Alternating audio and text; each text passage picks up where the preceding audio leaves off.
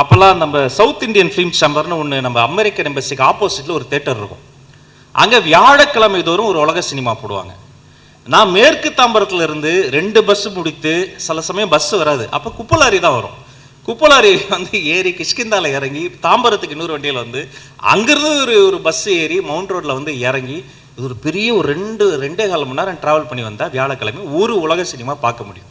அப்போ அந்த உலக சினிமாலாம் முதல்ல எதுவுமே புரியாது, நல்லா இருக்குது, ஆனால் அது கதை சொல்ல தெரியாது.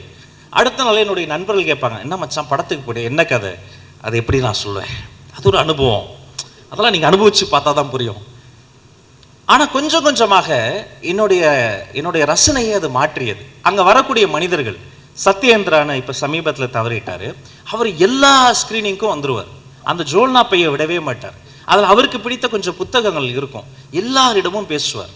அப்படி ஒரு நாள் அங்கே வந்த மனிதர்கள் எல்லாமே, ஒரு நாள் பாலுமகேந்திரா சார் வந்திருந்தார். நான் போய் அவர்கிட்ட போய் பேசுனேன். எனக்கு இருந்த சில்லி டவுட்ஸ்லாம் நான் போய் பேசுறது, இளம் கன்று பயமறியாதில் அவர் எல்லாத்துக்கும் பொறுமையாக பதில் சொல்வார்.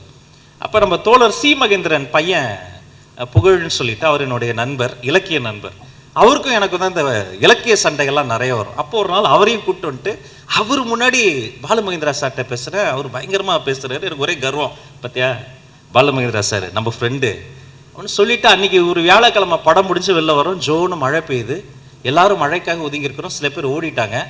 அப்போ அந்த மழையில் நனைந்து ஒரு குட்டி நாய், அந்த நாய்க்குட்டினா அது ஒரு ஸ்ட்ரே டாக், அது ஒரு சொறி நாய், அது வந்து அப்படியே அந்த ஓரமாக நிற்கிது.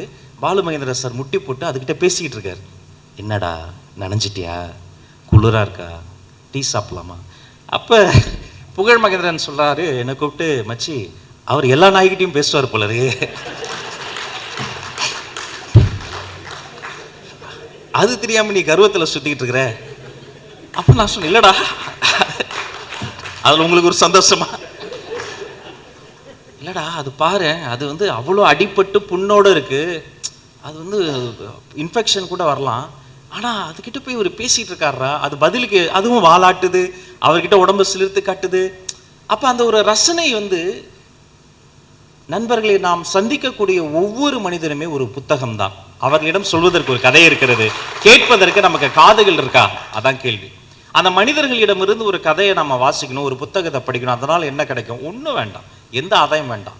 உங்களுக்குள் தன்னை அறியவும், ஒரு நல்ல மனிதனை அடையாளம் காணவும், உங்களுடைய வாழ்க்கை போன வாரத்தை விட இந்த வாரம் கொஞ்சம் ஆறுதல் அடையவும், இன்னும் கொஞ்சம் நேற்றை விட இன்று நாம் ஒரு நல்ல மனிதனாக உருவாகவும் இந்த வாசிப்பு பழக்கம் தேவை. அதற்காக வேணும் நம்ம எழுத்தாளர்களை வாசிக்கிறோம்.